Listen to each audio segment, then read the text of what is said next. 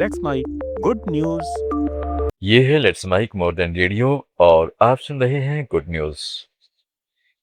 प्रधानमंत्री नरेंद्र मोदी इन दिनों अपने 5 देशों के दौरे पर हैं, जहां यात्रा के दूसरे चरण में उन्होंने नीदरलैंड्स का दौरा किया, जहां उन्होंने भारत की ऐतिहासिक और सांस्कृतिक विरासत से जुड़ी एक बेहद महत्वपूर्ण उपलब्धि को साझा किया, जो हर भारतीय के लिए गर्व का क्षण बन गई है।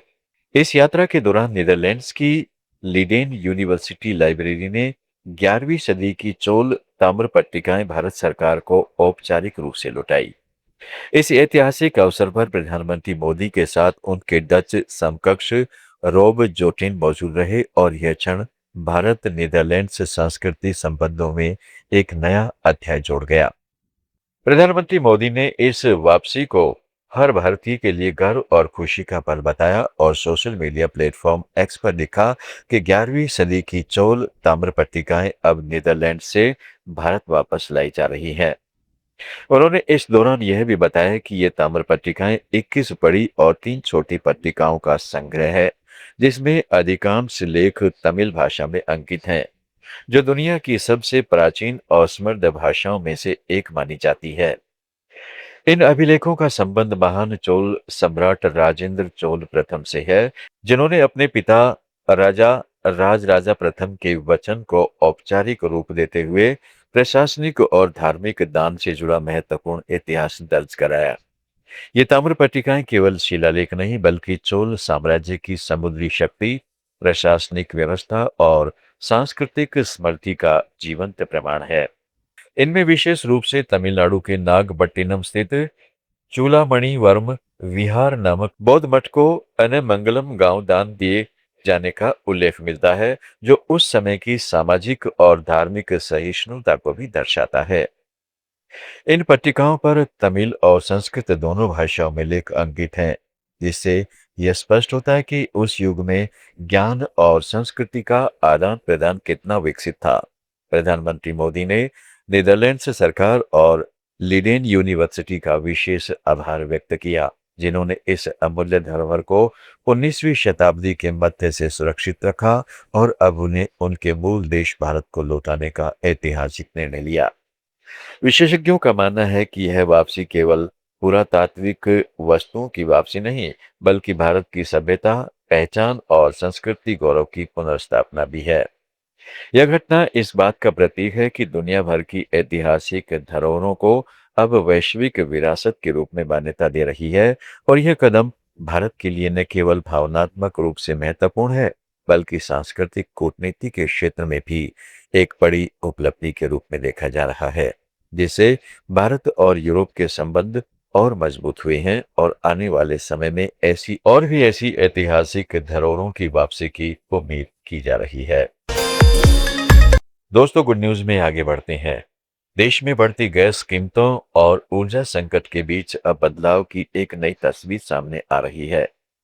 गांव से लेकर शहरों तक लोग ऐसे विकल्प अपना रहे हैं जो जेब पर हल्के हों और पर्यावरण के लिए बेहतर भी।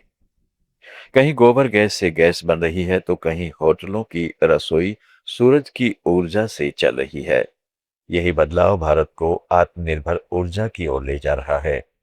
उत्तर प्रदेश के चंदौली के एकोनी गांव में 32 वर्षीय चंद्र प्रकाश सिंह ने कुछ ऐसा किया जिसे पहले गांव वालों ने मजाक समझा था। उन्होंने गोबर से बायोगैस बनाकर पूरे गांव के लिए गैस सप्लाई शुरू कर दी। शुरुआत में करीब 90% लोगों को भरोसा नहीं था। उन्हें लगता था कि यह योजना कुछ दिनों में बंद हो जाएगी, लेकिन आज यही प्लांट 125 घरों की रसोई चला रहा है। चंद्र प्रकाश ने इंजीनियरिंग की पढ़ाई छोड़कर डेयरी का काम चुना। गौशाला से निकलने वाले गोबर की समस्या ने उन्हें नया रास्ता दिखाया। उन्होंने बायोगैस प्लांट लगाने का फैसला किया। टाटा ट्रस्ट की मदद से 2021 में करीब 90 लाख रुपए की लागत से यह प्रोजेक्ट शुरू हुआ। अब यह प्लांट रोज लगभग 60 क्यूबिक मीटर गैस तैयार करता है। हर घर में पाइपलाइन के जरिए गैस पहुंचती है और परिवारों का मासिक खर्च 500 से 800 रुपए तक आता है। लेकिन यह रास्ता आसान नहीं था। गांव के 185 परिवारों में से सिर्फ 135 ने शुरुआत में कनेक्शन के लिए हामी भरी। कई लोगों ने विरोध किया, राजनीति भी हुई, यहाँ तक कि पुलिस बुलानी पड़ी। लोगों को डर था कि मुफ्त कनेक्शन के बाद उनसे ज्यादा पैसे लिए जाएंगे। भरोसा जीतने के लिए चंद्र प्रकाश ने 1 महीने तक मुफ्त कैश दी। जब लोगों ने तेज, लो और नियमित सप्लाई देखी, तो विरोध समर्थन में बदल गया। चंद्र प्रकाश कहते हैं, यह मुनाफे का कारोबार नहीं, सुविधा का मॉडल है। हर महीने जो करीब 50,000 रुपए आते हैं, वही संचालन और रखरखाव में खर्च हो जाते हैं। फिर भी उन्होंने हार नहीं मानी, क्योंकि उनका मकसद गांव को सस्ता और भरोसेमंद ईंधन देना था। दूसरी तरफ मुंबई के माटुंगा में भी बदलाव की ऐसी ही कहानी लिखी जा रही है। कैफे मैसूर ने अपनी रसोई में गैस पर निर्भरता कम कर दी। यहाँ छत पर लगे सोलर पैनल बिजली बनाते हैं और लगभग आधी कुकिंग उसी ऊर्जा से होती है। बाकी काम पाइप्ड गैस से चलता है। मालिकों का मानना है कि आने वाले समय में पूरी किचन बिजली से चल सकती है। पुणे के कई रेस्तरां भी पेलेट स्टोव और इंडक्शन का इस्तेमाल कर रहे हैं। गैस सप्लाई रुकने पर भी उनका काम नहीं रुका।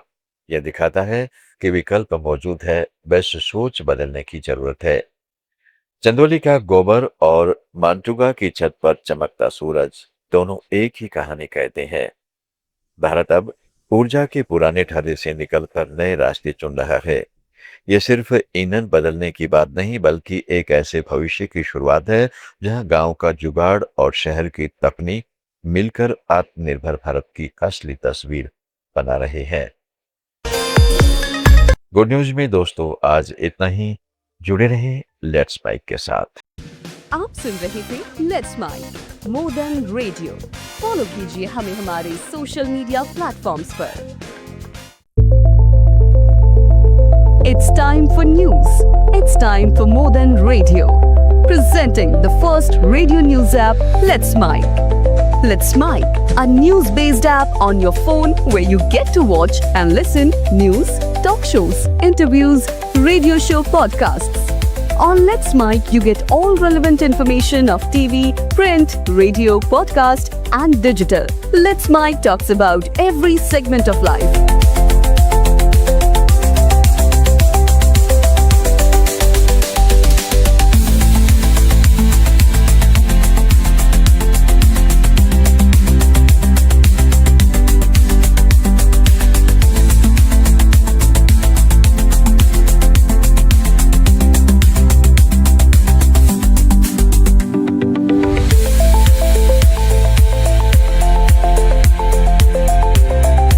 Download the app now from Play Store. Available both on Android and iOS.